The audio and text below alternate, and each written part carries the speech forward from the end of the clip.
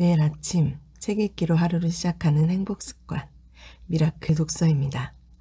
오늘 함께 읽어볼 책은 아비투스, 도리스 메리튼 지음, 배명자 옮김, 다산초당 출판사 책입니다. 먼저 차례 살펴볼게요. 한국어판 서문, 아비투스는 당신이 어떤 사람인지 폭로한다. 이렇게 일단 서문이 있고 이후로 1장부터 총 8장까지 나와 있는데 1장 아비투스가 삶, 기회, 지위를 결정한다. 2장 심리자본, 3장 문화자본, 4장 지식자본, 5장 경제자본, 6장 신체자본, 7장 언어자본, 8장 사회자본, 그리고 마지막에 마치는 글, 아비투스를 바꾸는 건 언제, 어디서나 가능하다. 이렇게 총 이 책이 구성되어 있습니다.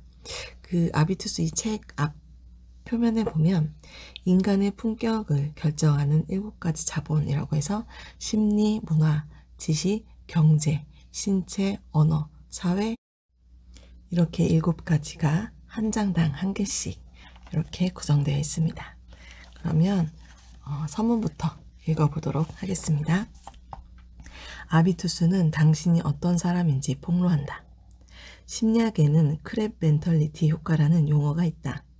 어부들이 개를 잡아 그냥 산채로 바구니에 던져놓는 것에서 유래한 용어다. 개들은 사실 장바구니에서 쉽게 기어올라 탈출할 수 있다. 높이 기어오른 동료를 다른 개들이 다시 아래로 끌어내리지 않는다면 말이다. 당신은 여기서 선택할 수 있다. 아무런 도전도 하지 않고 다른 개를 방해만 할 건지, 조금 오르다 쉽게 좌절할 건지, 아니면 끝까지 기어올라 결국 바구니를 탈출할 건지, 당신이 지금까지 어떤 개였든 앞으로는 더 나은 꿈을 꾸길 바라며 이 책을 썼다. 한국은 어떤 나라보다 똑똑하고 전도 유망한 젊은이, 각 분야의 트렌드를 이끄는 선구자가 많은 나라라고 들어왔다. 그럼에도 많은 가능성을 가진 이들이 결국 이미 정해진 삶의 늪에 빠져 좌절한다는 사실도 알고 있다. 하지만 변하지 않는 것은 없다. 어떤 아비투스도 돌에 새겨지지 않는다. 아비투스는 의사소통과 같다. 아비투스가 없는 사람은 없다. 아비투스는 우리의 취향, 가치관, 야망을 드러낸다. 누구와 결혼을 하고 어떻게 외모를 꾸미고 심지어 얼마나 능숙하게 국제적으로 활동하는지조차도 아비투스에 달렸다. 지금까지 그런 결정과 행동이 당신 개인의 일이라고만 생각했나? 결코 그렇지 않다. 아비투스는 은밀한 폭로자나 다름없다. 아비투스는 당신이 어떤 사람인지 다른 사람에게 폭로한다.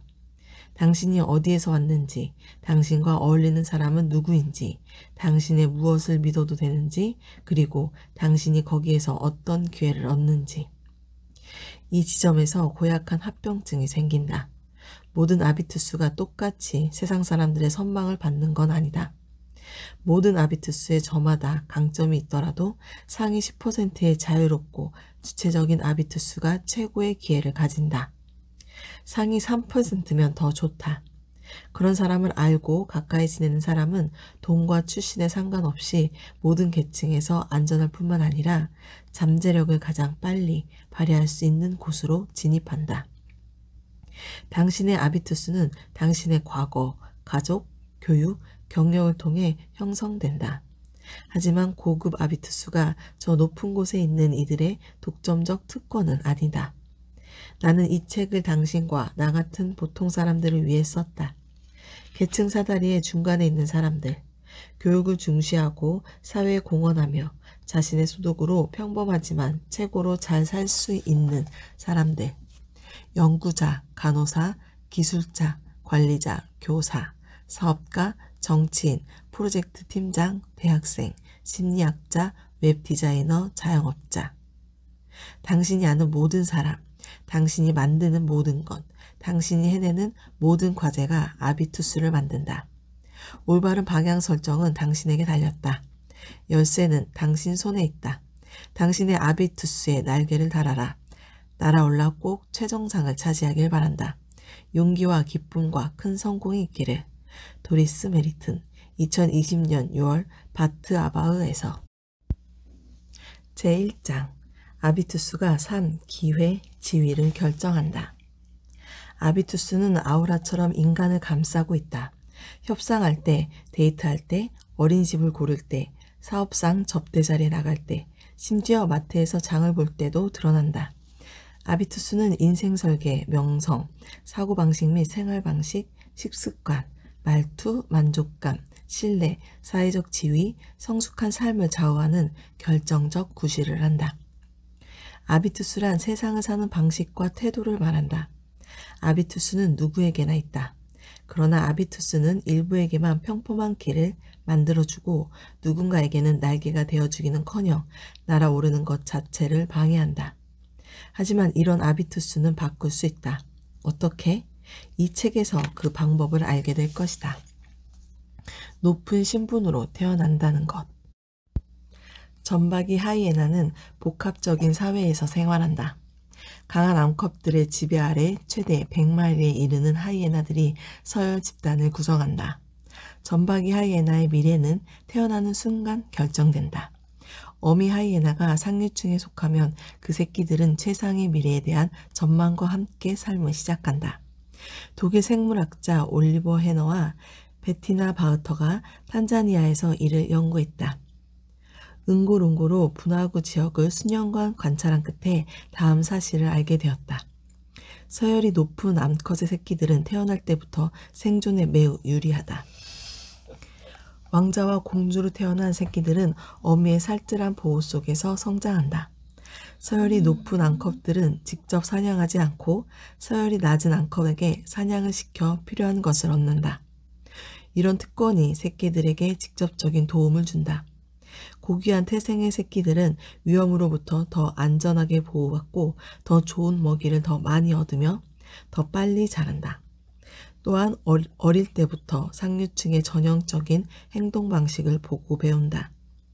이들은 최상의 자리를 보장하는 성공 아비투스도 같이 얻는다. 그 결과 서열이 높은 어미의 딸들 역시 지도층이 된다. 아들들은 새로운 무리에 합류하는데 우두머리 암컷을 유혹하는 방법을 일찍이 터득하기에 경쟁자들보다 더 빨리, 더 많이 번식한다. 어린 하이에나의 지위는 사회적으로 상속된다. 입양된 새끼 하이에나가 입양모와 비슷한 지위를 차지하는 모습에서 이것을 유추할 수 있다. 인간도 각자 다른 조건을 갖고 삶을 시작한다. 어디에서 태어났느냐에 따라 우리는 성공에 유리한 아비투스를 많이 혹은 적게 몸에 익힌다. 행동 방식과 생활 방식, 지위와 언어, 자원, 성공 기회, 삶에 대한 기대에서 추진력을 얻느냐, 제동이 걸리느냐는 아비투스에 달렸다. 불공평한 현실부터 인정하기. 내가 고등학생 무렵 교환학생으로 프랑스에 갔을 때 처음으로 아비투스의 차이를 경험했다. 나는 서민 아파트에 사는 한 가정의 홈스테이로 배정됐다. 그 집의 부모는 주야간 교대금으로 일했고 저녁 식사로 통조림, 라비올리를 먹었으며 그 집의 주방에는 늘 바퀴벌레가 기어다녔다. 나는 그곳에서 이틀도 견딜 수 없었다. 하지만 인솔교사는 나 몰라라 하는 데다 핸드폰과 메신저도 없던 시절이라 부모님에게 도움을 청할 수도 없었다. 그때 한 친구가 자신의 호스트에게 나도 그 집에서 지낼 수 있게 해달라고 청했다. 동화처럼 하루아침에 나는 한 사업가의 집에서 지내게 되었다. 우아한 문양이 새겨진 천장, 고급스러운 골동품, 서로 존댓말을 쓰는 부부, 고상한 식탁 대화, 로브스터. 책장에는 성경처럼 얇은 종이에 금태를 두른 프랑스 고전 문학 전집 플레이아드가 꽂혀 있었다. 이 가정의 생활 양식 역시 내가 원래 경험하던 것과 전혀 달랐다. 나는 그들의 생활에 큰 감명을 받았고 최고의 환대를 받고 있다고 느꼈다. 하지만 내가 아무리 애쓰고 수학과 프랑스어를 잘 하더라도 여기가 나의 세계라는 느낌은 받을 수 없었다. 파리에서 지낸 몇 주는 내가 꿈꾸는 좋은 삶의 표본이 되었다. 지금까지 없었던 열망이 자라났다. 그 후로 나는 근본적으로 다른 두 환경의 생활 방식을 구분할 수 있게 됐다. 프랑스 사회철학자 피에르 브르디의 구별짓기는 대학 시절 토론 수업의 독서 목록 중 하나였다. 부르디에는 이 책에서 상류층, 중산층, 하류층의 전형적인 생활 방식과 인생관을 연구했다. 이 책이 알려준 개념 하나가 교환학생 때의 내 경험에 이름을 붙여주었다. 바로 아비투스다. 이 단어는 가지다, 보유하다, 간직하다라는 뜻의 라틴어 동사 헤베어에서 파생했다. 부르디에에 따르면 우리가 어떤 가치관, 선호, 취향, 행동 방식, 습관으로 세상을 맞이하느냐는 아비투스에 달려있다. 태어나 자라나면서 경험했던 모든 것이 지금의 태도를 빚어낸다. 돈이 부족했나, 풍족했나, 어린 시절 방에 책이 50권 넘게 있었나, 아니면 플레이스테이션이 있었나, 휴가 때 여행은 어디로 갔나, 혹시 여행 자체를 안 갔나? 부모님은 성실과 상상력 중에서 무엇을 더 많이 칭찬해 주었나? 아빠는 조깅을 했나? 아니면 낚시를 했나?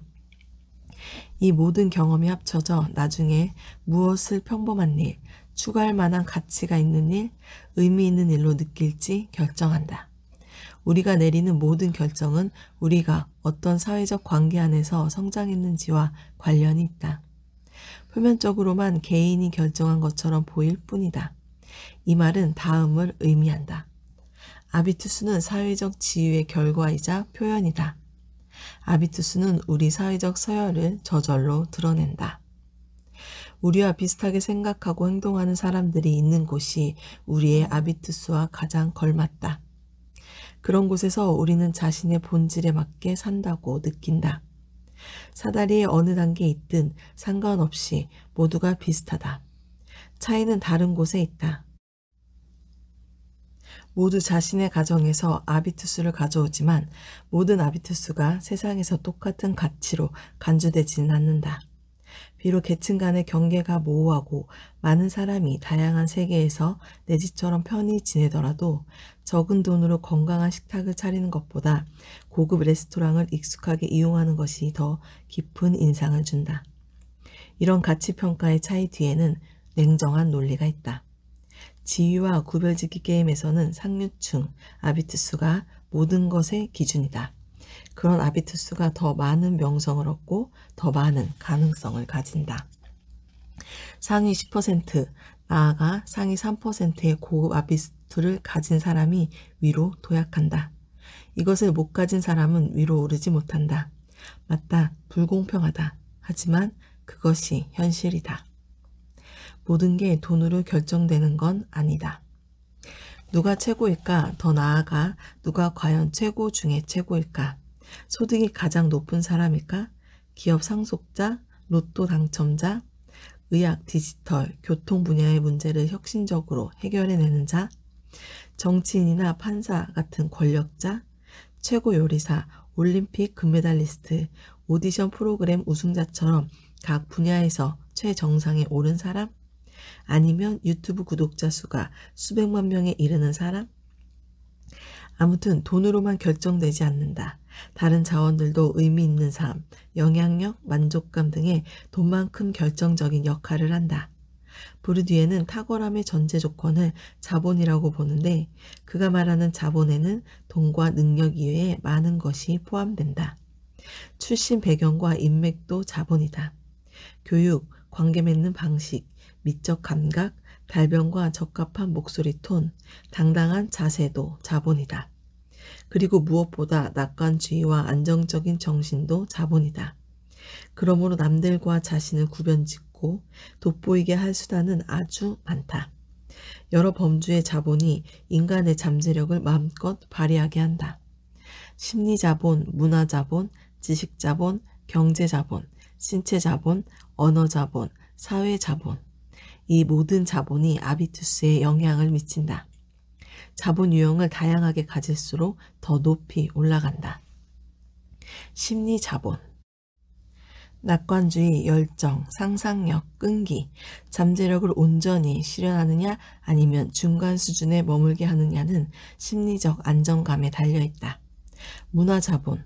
선망과 존중을 받는 코드와 취향, 몸에 밴 고급 문화와 탁월한 사교술이 고전적 문화자본이라면 주의 깊고 한결같은 생활 양식 혹은 용기 있는 기행과 개별성이 새로운 트렌드의 문화자본이다. 지식자본, 졸업장, 학위, 전문지식, 학력, 학술 및 기능 자격증, 자신의 지식과 역량으로 어떤 일을 해내는 능력. 경제자본, 소득, 현금자산, 부동산, 주식, 연금, 보험, 예상되는 상속재산 등 모든 물질적 재산. 신체자본, 스스로 얼마나 매력적이고 건강하고 활기차다고 느끼는지에 대한 판단. 사람들은 외형에서 사회적 지위, 내적 가치를 유추한다. 언어자본, 유창한 언변으로 사람들에게 다가가고 다양한 관점에서 구체적, 객관적으로 주제를 설명할 수 있는 능력. 어디에서 무슨 주제를 어떤 방식으로 말해야 할지 아는 것이 특히 중요하다. 사회자본, 누구를 아는가, 개인이나 집단과 얼마나 잘 지내는가, 든든한 가족, 훌륭한 롤모델, 도움을 줄 수 있는 인맥, 진정성 있는 멘토, 결정권자와의 친분, 서로를 격려하는 동료, 영향력, 권력, 가시성. 7가지 자본 유형은 투자 포트폴리오와 같다.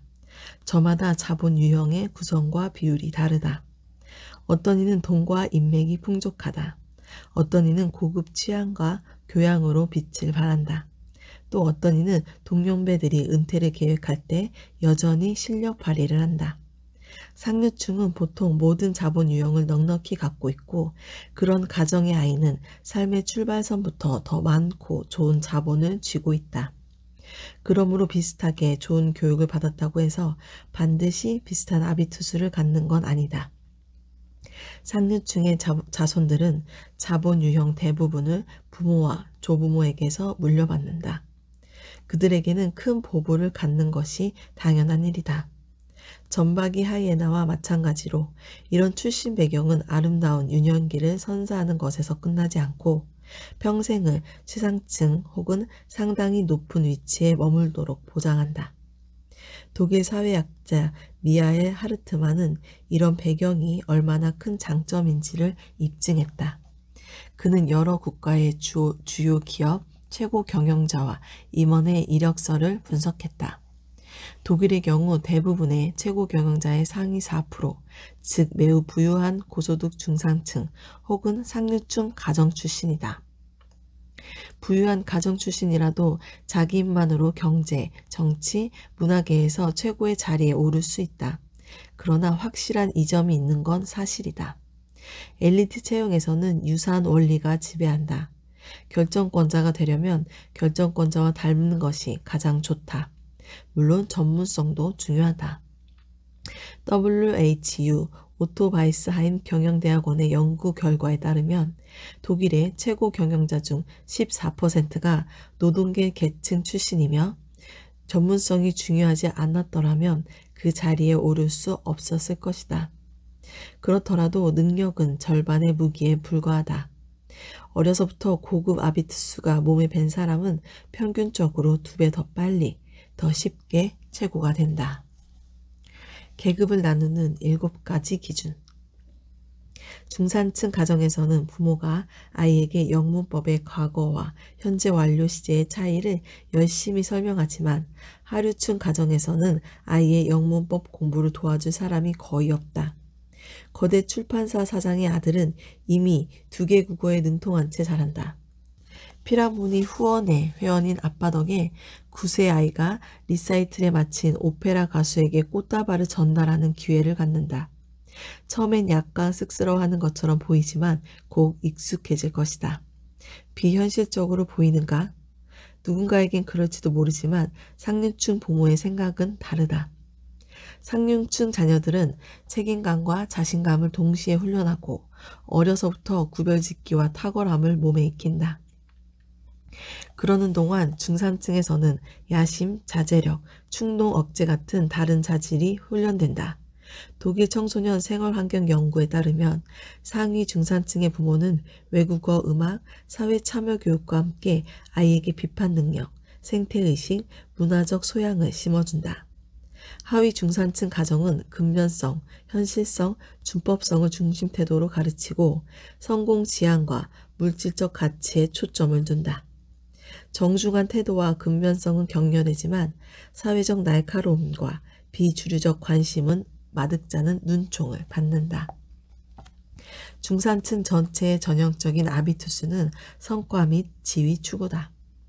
상류층과 상위 중산층 그리고 중위 중산층 사회의 경계가 유동적이긴 하지만 상류층과 중산층 자녀들 사이에는 명확한 차이가 있다.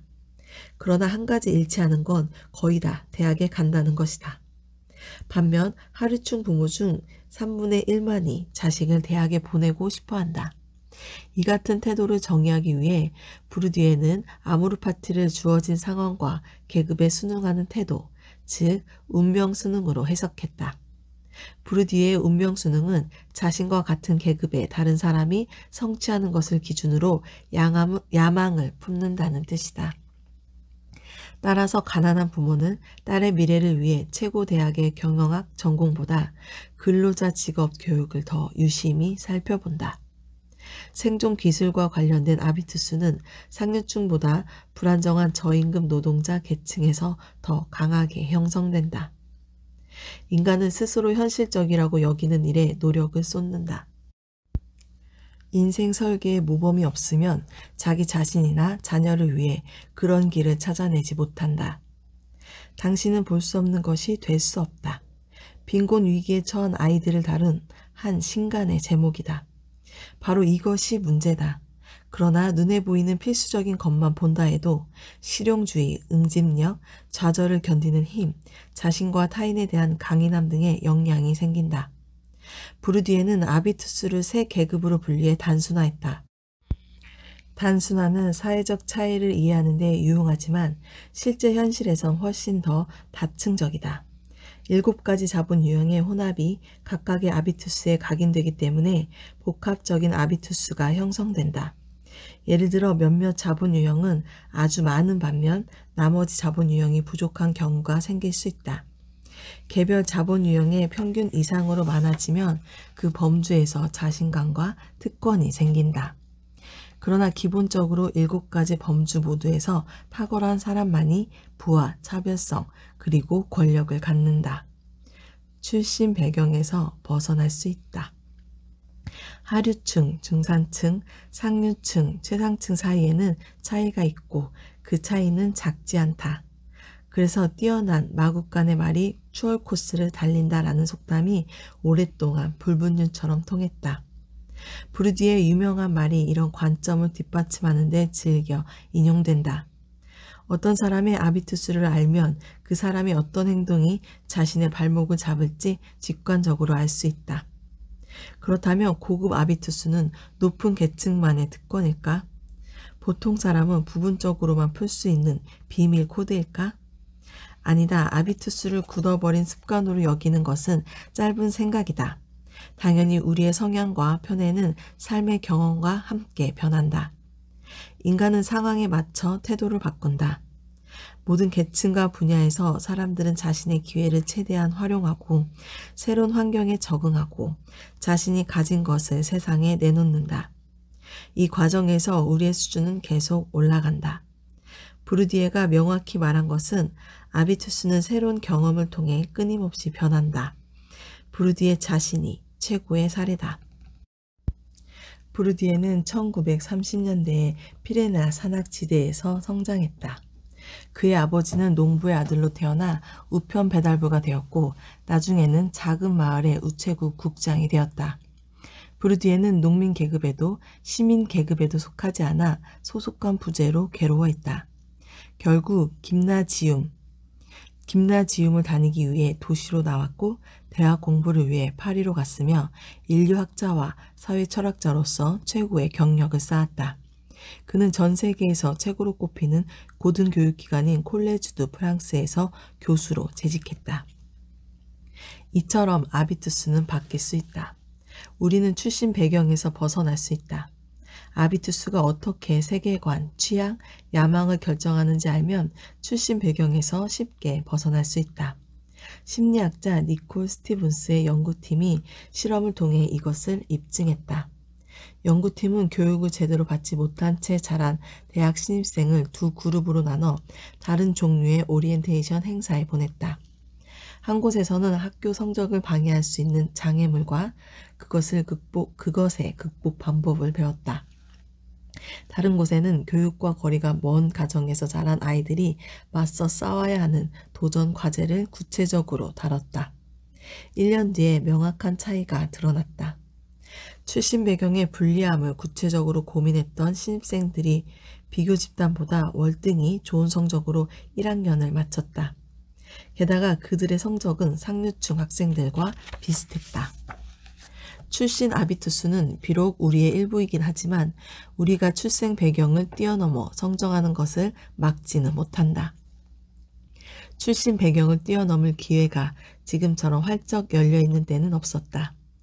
50년 전만 해도 부모, 교사, 교회가 인생을 결정했다.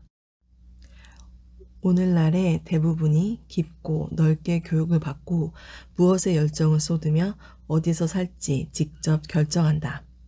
디지털화와 지구화가 우리의 일상에 생기를 불어넣는다.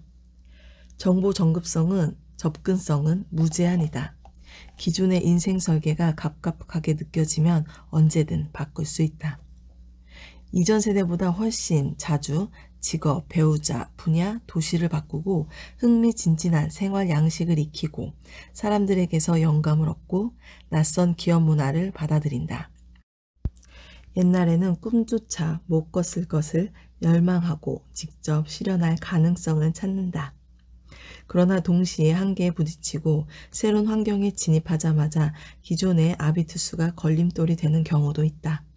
심지어 근본적으로 잘못된 기분이 들 때도 있다.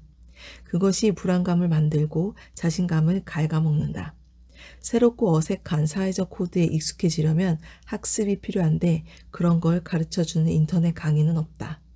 그러나 모든 새로운 환경에서 비롯된 불안감은 자신의 그림자를 뛰어넘어 높은 수준으로 도약하라는 격려이기도 하다. 이때 7가지 자본 유형을 알면 도움이 된다. 이는 물질적, 비물질적 자원으로서 체계적으로 증가하며 우리의 아비투스에 직접적으로 영향을 미친다. 기본적으로 컴퓨터 게임과 비슷하다. 검이나 약초 같은 아이템을 획득하고 그것으로 활동 반경과 야망을 키운다.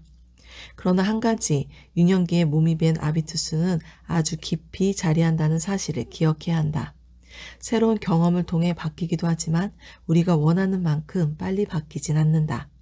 어쩌면 당신은 이미 한 단계 위로 도약하여 새로운 환경에 처했을 때 그것을 체험했을 것이다. 도덕 정신을 깨우는 새로운 도시, 최고 중에 최고만 모이는 엘리트 대학, 유명한 사교 클럽, 친정보다 훨씬 더 잘 사는 시댁. 이런 새로운 경기장에서는 아무리 애를 써도 당신의 다리는 무겁기만 하다. 특히 초기에는 짙은 안개 속에서 살얼음판 위를 걷는 듯하고 심하면 사기꾼이 된 듯한 기분마저 든다. 정신력이 약해서 그런 기분이 드는 게 아니다. 새로운 환경에서는 아주 당연한 일이다.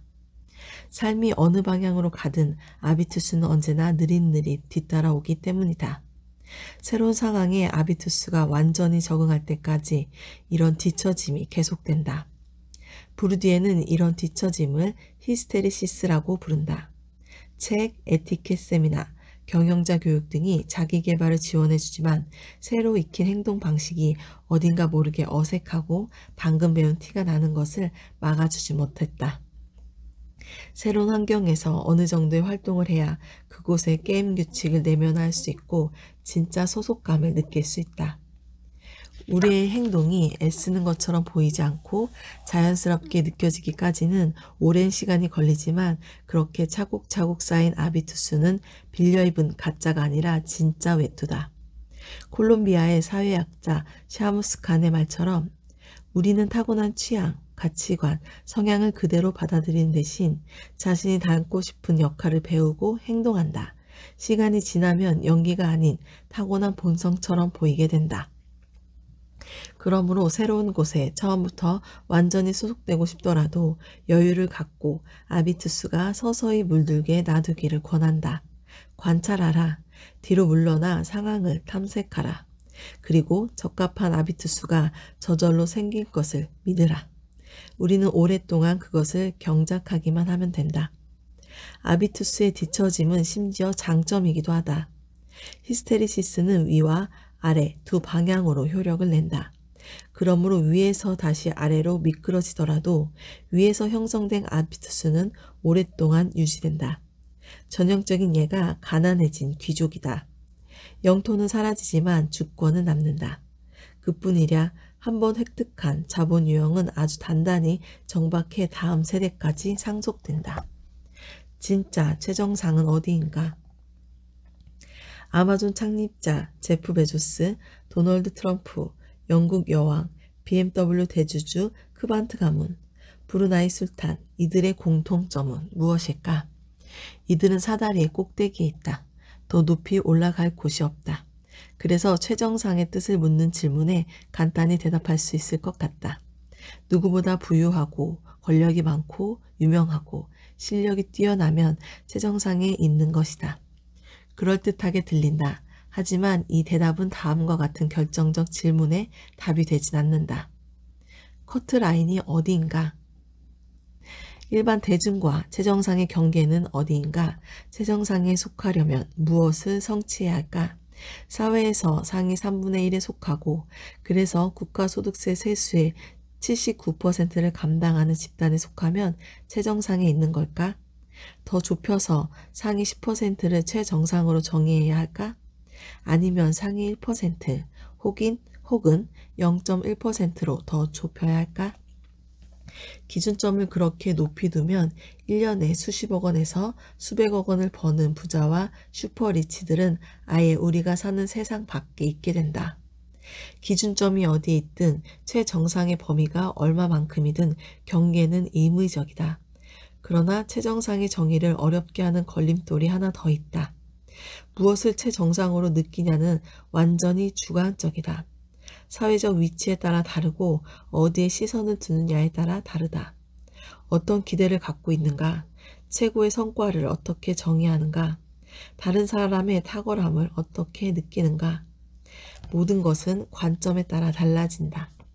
상위 3% 엘리트에게는 IT 기업 최고 경영자의 생활 수준도 상대적으로 낮아 보일 것이다.